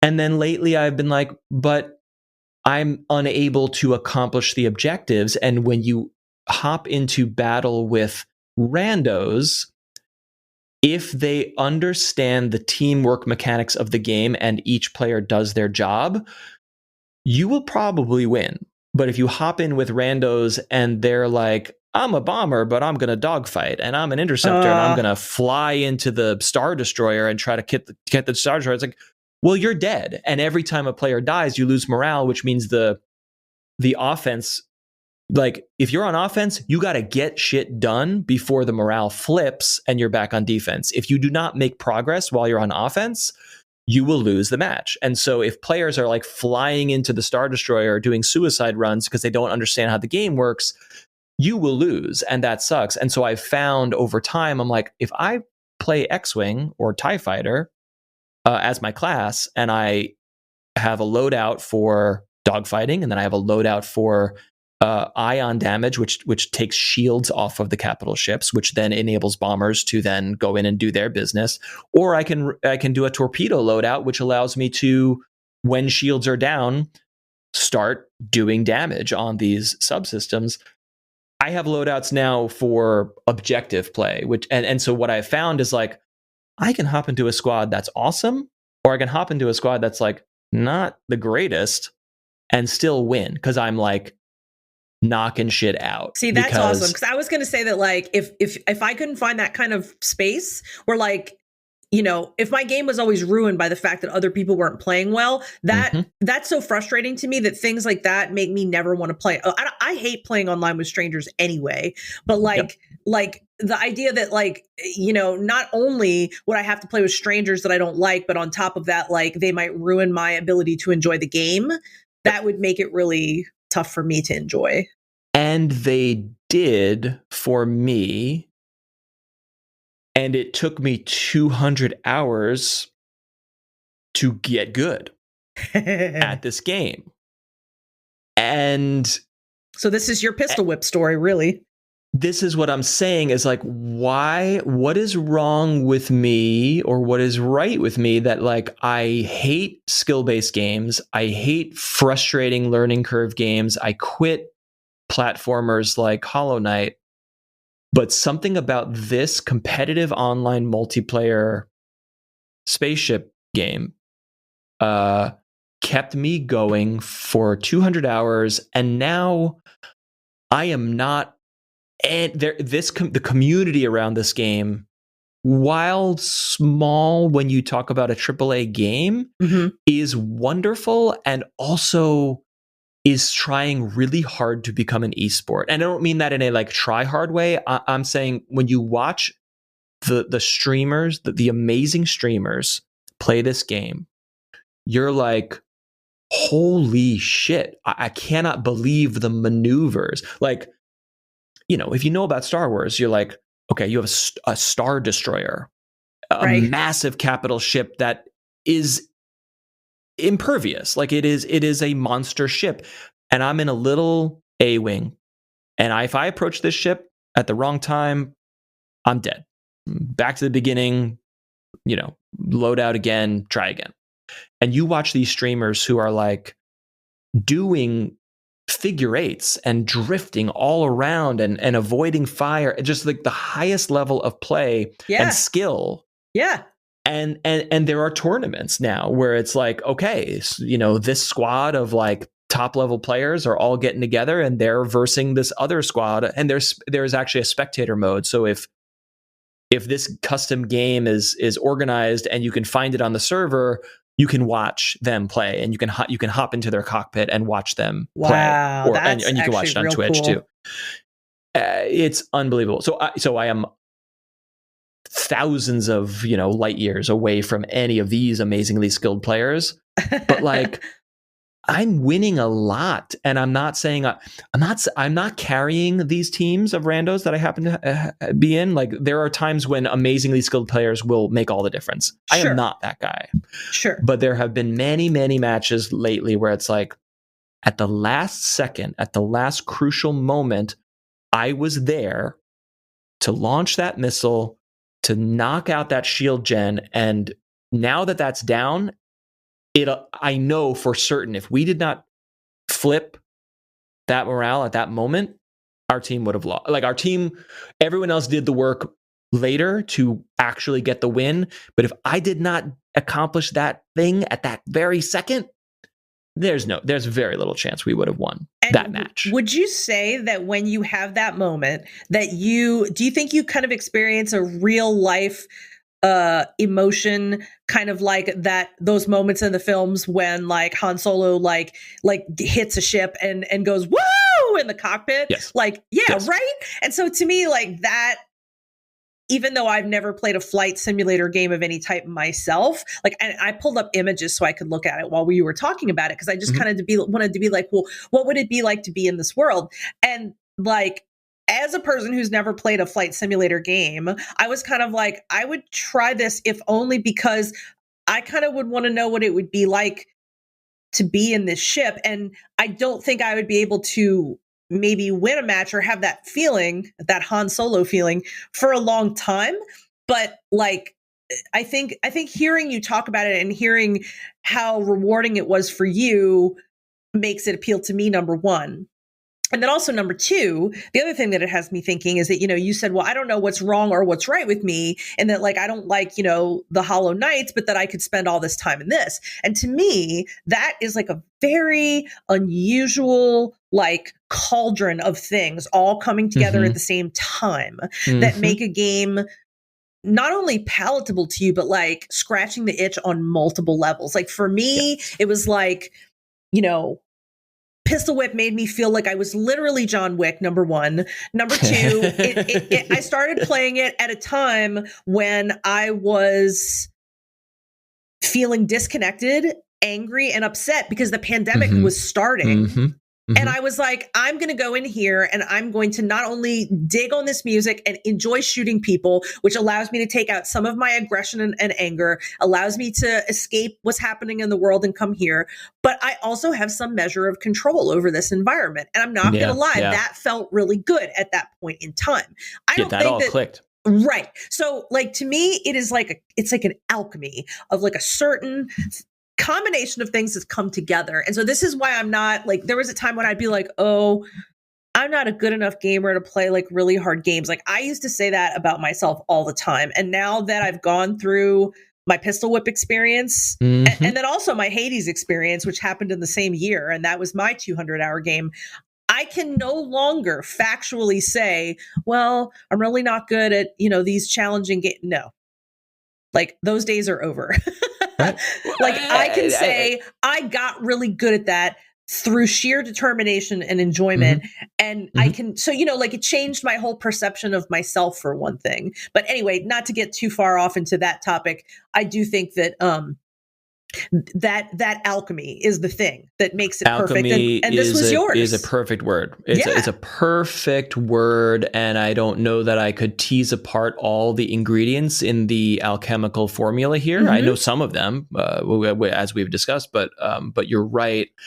And that Han Solo woohoo moment is exact. You and I, we play a lot of games. I play a lot of games. I love a lot of games. I have astounding amounts of fun in lots and lots of games. This might be the only game I can think of in my recent memory or otherwise where I am like shouting on the couch, being like, because it is. There are some matches where you're like, these guys they're just flying in a straight line. I'm picking them off. These guys suck. And you stomp the enemy and you win. And there are some games where you log in and you're like, holy shit, I can't even get out of the hangar. I'm being obliterated. Oh my God, this guy's level 400. I can't do anything because I'm being stomped to death. Yeah.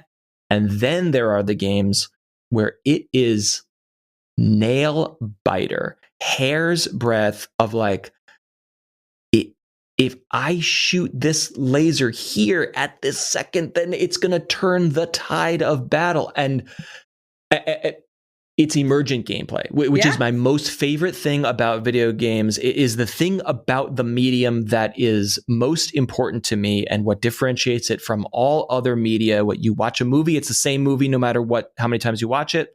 I am playing the same ship class on the 5 same maps over and over and over again. And every single battle is different, exciting, emergent, because it's like, oh shit, whoa, shit, look at this guy. This crazy guy's running this crazy build I've never even thought of. And he's not killing me, but he's doing some crazy thing that's like, wow, he's ripping my shields off and I can't get a hit in edgewise. What the hell is this? What the hell? I can't see any targets on the map. Where is everybody? Oh, right. They're running this squadron mask that is a whole other tactic. We talked about Magic. We talked about Magic, the Gathering, of like, well, look at all these crazy alchemical decks that come together that you think, oh, well, let me just get the big creatures out that do damage. Well, that's not going to do shit against this other crazy card that's going to, hinder your whole strategy. You think on its face value that a pew-pew spaceship game would not have that, but this game has it, and I just adore it so damn much. And that's why I have spent a little time this week. I want to rank in this season and see. It's 10 matches, and I have won 6 out of 7. Like I'm on a really good winning streak. And so if I win like the majority of these matches, I want to see like the game will then spit me out into a rank. And I want to see if that rank will be higher than my previous season's rank or the same or whatever, to see like, I think I have improved since last month and I want to see if that is true. And then I think I will put it down. Yeah, maybe. Yeah. But still, I mean, and you know, that's the thing though. It's like, you know, and that was something I also had to think about with Hades, because like, you know, with Hades, it was like, oh my God, I'm playing this for so long, but I'm still enjoying it so much. And I didn't get all the way to the end. I got very, very, very close. I technically finished the game, but it's a game that has story after the end that you can keep playing.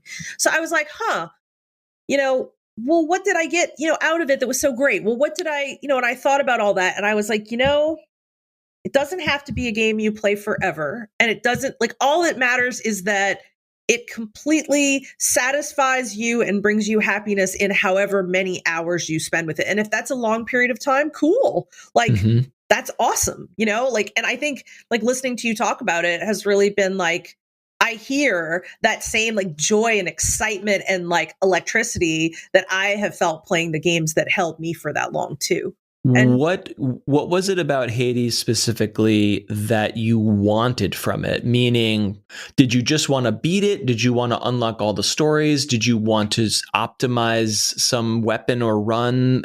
What kept you in for 200 hours there? I think for myself, well, first of all, like I was super drawn in, right, by like setting the Greek mythology thing was just like, oh God, yes, amazing art style. The writing, I think, was probably the thing that pulled me in the most, because the writing was superlative from the word go. 100%. And it awed me. So I was like, God, this writing, and you know, as a writer myself, like when I'm drawn in by writing, like that's it. Like that's it for me. So I was like, I have to see where the story is going. But yes, the story continued. I think it was almost like a perfect balance, right? So back to Alchemy, a perfect balance of this incredibly engaging writing and these characters, you know, and you get to interact with these gods regularly and kind of like forge relationships with them in a way, like you were leveling up, quote unquote, the relationships with the gods, just like you were with any other people that you came into contact with. So not only did the gods give you powers to help you survive your runs, but like every time you interacted with them and treated them a certain way, you were like also deepening those relationships. So it was all those different levels of things. But if I really think about it, I think it wasn't about getting the runs perfect or becoming a speed runner or anything like that. I think the biggest thing was the hand in hand of incredible storytelling and a game that felt simple but like incredibly addictive, because like the simplicity made it like, oh, well, I can go back and, you know, try again. And if I go back and try again, maybe I'll find that this thing will be different, or this, maybe I'll get a step further with this character. And then what might happen? Like, you know, what will I open up if, you know, Zeus and I like have a deeper bond or whatever. And also, without giving too much away, the journey that you would make from the underworld to the surface would be to meet a character on the surface who is very important to you in your life, who you had not known up to this point. And I think that also was like, what is she going to say the next time I see her? Like, what will happen next? Like, so yeah, that was like, that was the one too. So like the story could have been incredible, but if it didn't have that gameplay, and by the by, Diablo came up as a big comparison in the way Hades played. It was top down. The fighting was kind of simplistic, you know, wasn't super deep. Like, you know, you weren't doing 85 different things. You know, you had like a light attack, a heavy attack, a couple of spell attacks. Like that was kind of it. But it was just kind of infinitely, I don't know, infinitely like crack cocaine was what I was thinking of saying. Yeah, well, right. The Diablo always felt like not really mindless button mashing, but it was really just like this spell, that spell, this swing, that swing, and Hades feels much more that writing dynamic.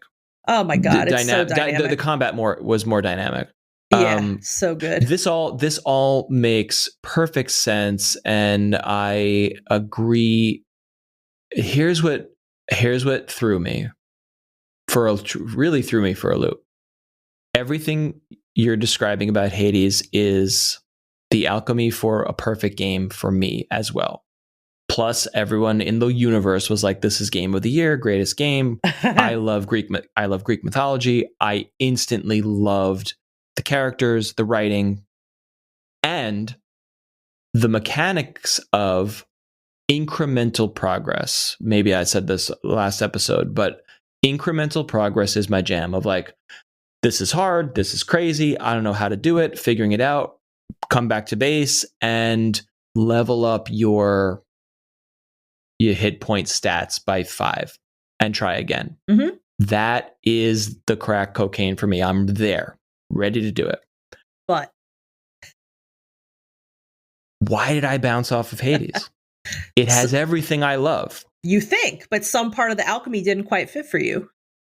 There was something about the combat or the gameplay loop, that I just wasn't feeling the combat. I felt the screen was like, it was very busy and very, like, again, the art is spectacular, and I felt like I was not in control of the character. I felt like I couldn't follow where enemies were on the screen, so the combat felt mushy to me, which is like not what everyone else is saying. Everyone else is like, the combat's so tight and the weapons are so awesome, and I felt mush when I played it. Wow. And that really threw me off. And it's true. It's truly just me. It's a me problem, because I know and respect that everyone else in the universe is like, Hades is the game. Well, yeah, but I mean, that's the thing, like, I don't think, even if you read universal reviews, and that's a perfect example of a game, and that, like, people are like, oh my God, it's so perfect. It doesn't necessarily mean that it's perfect for you, even if it sounds like all those pieces would go together. It really sounds like, if you had said Call of Duty, this latest Call of Duty, greatest game ever, the game of the year, I'd be like, that sounds great. I'm not going to play it. But Right. This game is the game for me, and I could not stick with it. But the more we talk about it, I think I will return to it one day. I think I should come back to it. Well, I will say this, and I mean, I think if the combat didn't feel good to you, that part's really important, because like, obviously you have to enjoy what you're going to do. 85% of the game, yeah. Over and over and over. But I will definitely say that for me, everything about the gameplay deepened, and that included the ways that you progressed and fought. So, like, everything evolved fast and consistently. So, like, if you put 5 hours into it, for instance, I feel like it didn't even begin to scratch the surface of what you could do.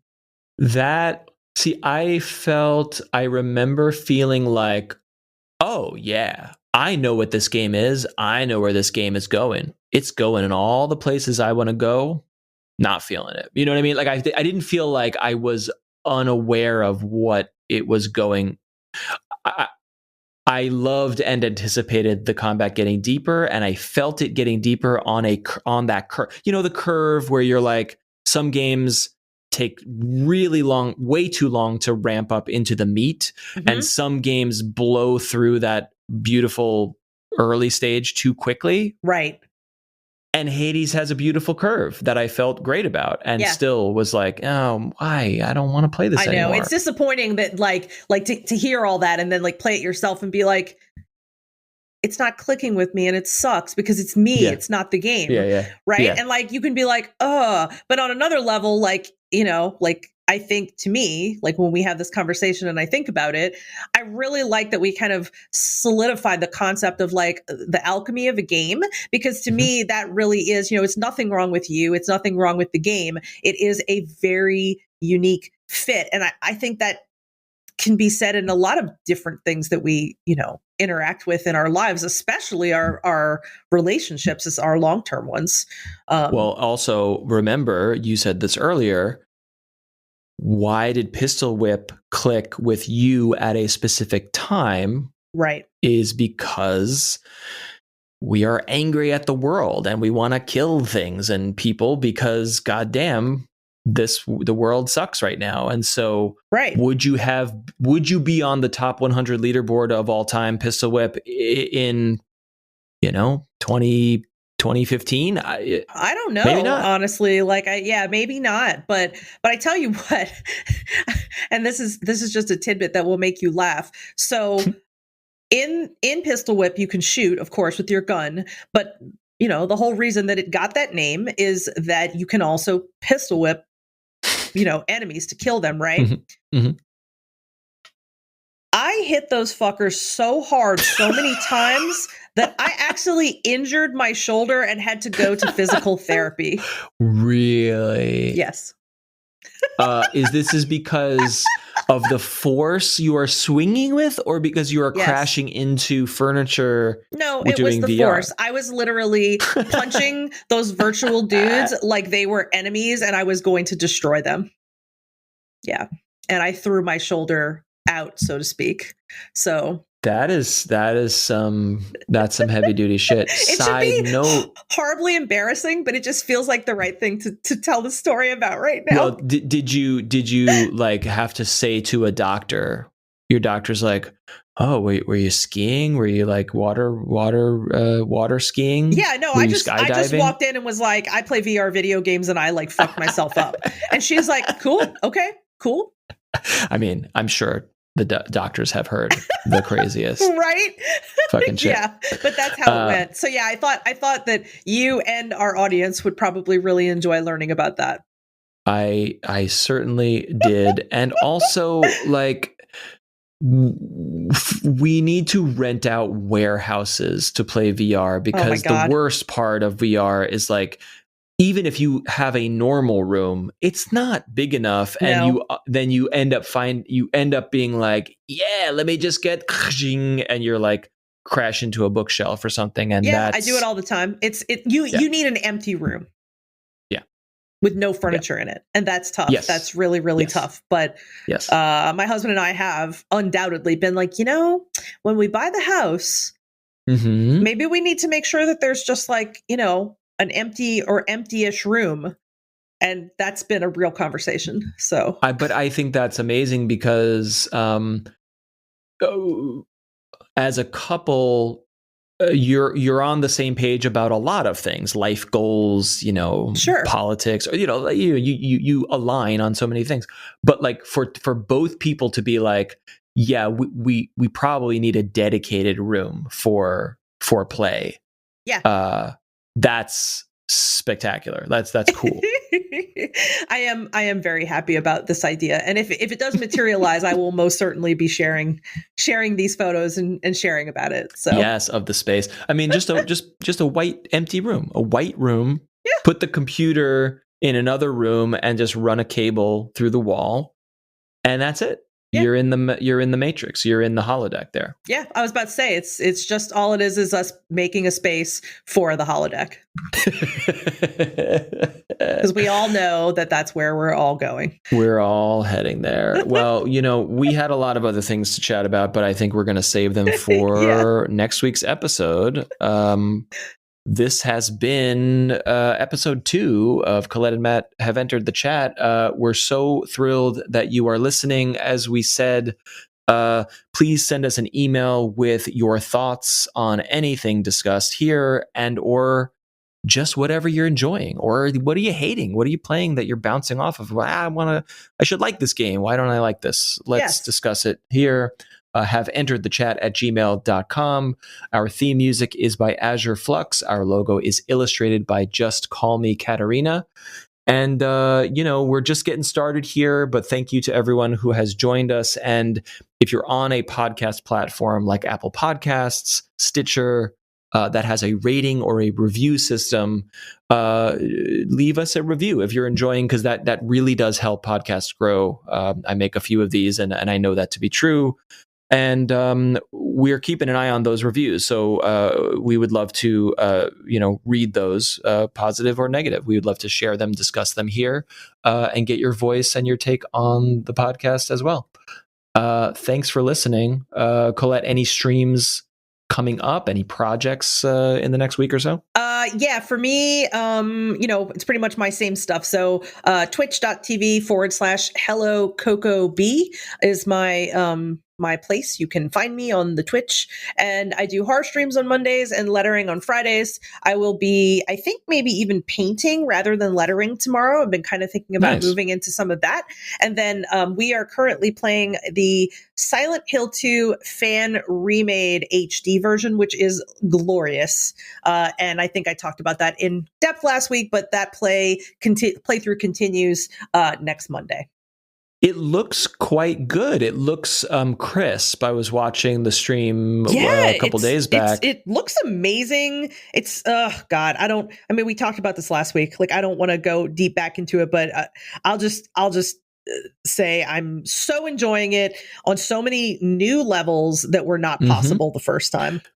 Again, I'm not familiar with these games at all, as we've discussed, but like mechanically, animation wise, it certainly looks and feels like a PS2 era game, but frame rate wise, texture, crispness, graphically wise, it looks really, this fan remake looks really, really sharp. Yeah, really they were. Nice, you can tell crisp. A lot of love went in. It's a nice. lot of love. Yes. Yeah. Yes, for sure. You can find me on Twitter, probably. Twitter at Matt_Silverman. That's probably it. Free Dad videos on YouTube, and we have a lot more stuff to chat about with you. So we're looking forward to bringing you into this conversation via Twitter, via email. Leave some comments in Colette's chat when she goes live.